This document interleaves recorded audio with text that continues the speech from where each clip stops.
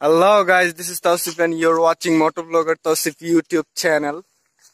তো guys, আজকে আমার modify Yamaha rx100 cafaracer ওটার full review দিব আপনাদের, কারণ ওটা হ্যান্ডমেড কাস্টম বাইক। তো আমি নিজে মডিফাই করছি everything total.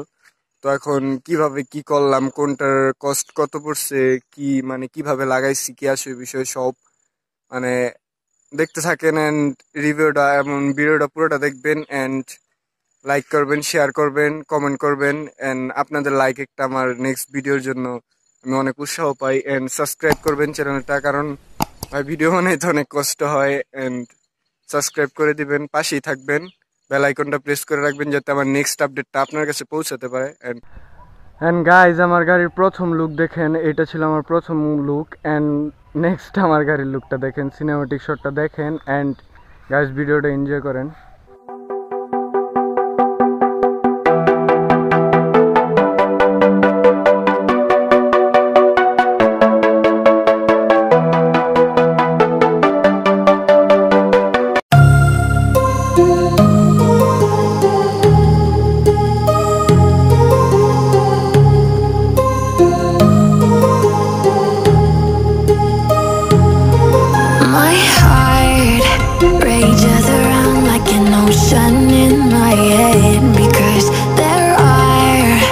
So many things that I left unsaid.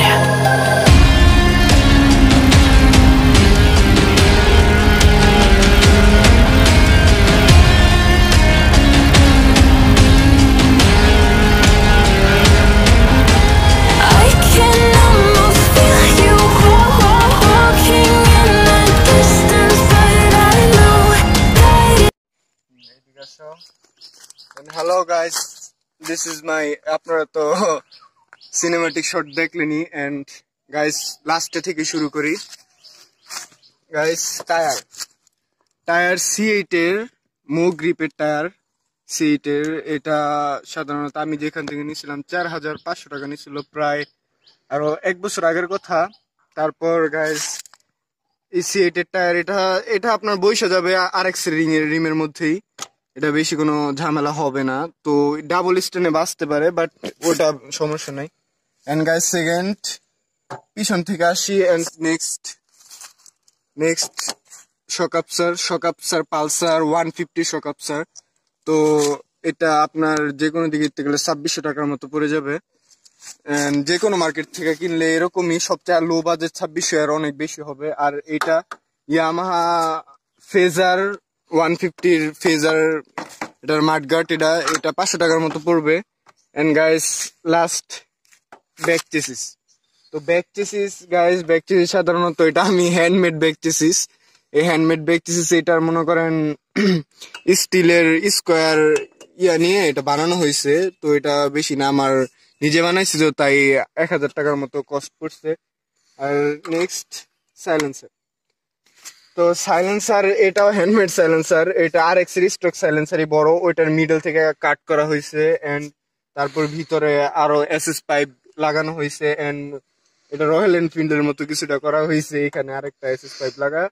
তারপর নেক্সট আর ইঞ্জিলে বেশি একটা মডিফাই করা হয় নাই, ইঞ্জিল স্টকই আছে। আর গাইস এটা পাওদানি। তো পাওদানি এটা ফ্রিডম গাড়ির একটা পাওদানি ছিল, ওই পাওদানিটারে মডিফাই করে RX এর মধ্যে লাগানো হয়েছে গাইস। আর ব্যাক চেসিস বড় করা হয়েছে, তাই ব্রেকটা যাতে নিচে না বাজে তাই উল্টা করে দেওয়া হয়েছে। এন্ড গাইস চেসিস খাটো করা হয়েছে। আর এই চেসিস খাটো করা হয়েছে, ছকের দাম্পারের পজিশনে এখানে ছিল, ওইটা এখানে নেওয়া হয়েছে, ট্রান্সফার করা হয়েছে। এন্ড গাইস নাম্বার প্লেট তো এটা সিম্পল ভাবে যে কোনো ওয়ার্কশপে লাগাই দিবে। এন্ড গাইস সামনে ফ্রন্টের হেডলাইট গাইস 1050 টাকা পড়ছে, এটা মাওনা থেকে নিছি। এন্ড গাইস তো মিটার এটা স্পিড মিটার, এটার মধ্যে নিউট্রাল ইন্ডিকেটর, তারপর হেডলাইট ইন্ডিকেটর এই সব দেওয়া আছে। এন্ড স্পিড মিটার প্লাস এটা RPM মিটার। তো এটা 700 টাকার মতো পড়বে, আর এটা পড়বে আপনার 600 টাকার মতো। এন্ড গাইস এটা যারা ম্যাক্সের লিভার, তো এই lever, gear lever, brake lever and এইসব তো যে কোনো জায়গায় আফটার মার্কেট পাওয়া যায়। And guys front tyre MRF এর মো গ্রিপের টায়ার, MRF এর মো গ্রিপ, এটা আপনার 3500 টাকার মতো পড়ে যাবে। And mudguard guys mudguard Walton বাইকের মাডগার্ড এন্ড ওটা বেশি এটা যে কোনো জায়গায় অ্যাভেলেবেল আছে প্লাস ইন্ডিকেটর গাইজ ইন্ডিকেটর গুলা এলইডি না নর্মাল ইন্ডিকেটর গাইজ এগুলো আপনার 200 টাকা পিস করে পার পিস পড়ে যাবে 800 টাকার মতো চারটা এন্ড গাইজ গিয়ার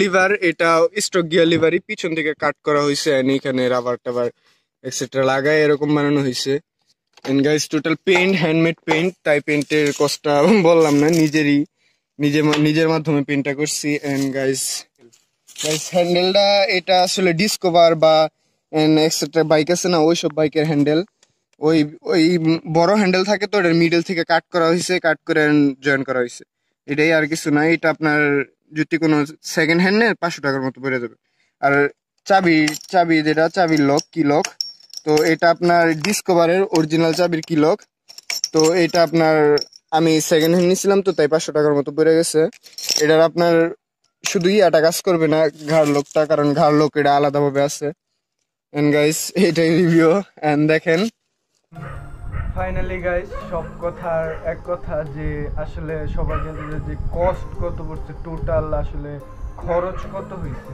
আসলে বাইকটা মানে টোটাল মডিফাই করতে খরচ কত হয়েছে কত টাকা খরচ হয়েছে মোট মাত্রা তো আমি বাইকটা কিনছিলাম গাইস 30,000 টাকা দিয়ে তখন কন্ডিশন ছিল স্টক কন্ডিশন পুরো টোটাল স্টক কন্ডিশন ছিল 30,000 টাকা দিয়ে বাইকটা কিনছিলাম পারচেস করছিলাম 30,000 টাকা আর গাইজ এটার মধ্যে মডিফাই সহ দাম টোটাল পড়ছে আমার 55K মানে 55,000 টাকার মতো টোটাল 50,000 মতো টাকা পড়ছে 55,000 তো সব মিলাই 55,000 মতো টোটাল খরচ করছে আমার বাইকটা মডিফাই করতে অ্যান্ড গাইজ আমি নিজে করছি তাই কম পড়ছে বা এরকম লাগছে যদি আপনি ইয়া করেন তাহলে আমি হয়তো একটু এদিকে করতে পারি একটু কম বেশি করতে পারি কারণ আমি মডিফাই চেঞ্জ করছি একবার বিভিন্ন কালার করছি বিভিন্নভাবে মডিফাই করছি একবার ওইটা করছি একবার ওইরকম করছি তাই আমার কষ্টটা বেশি করছি তো আপনি যদি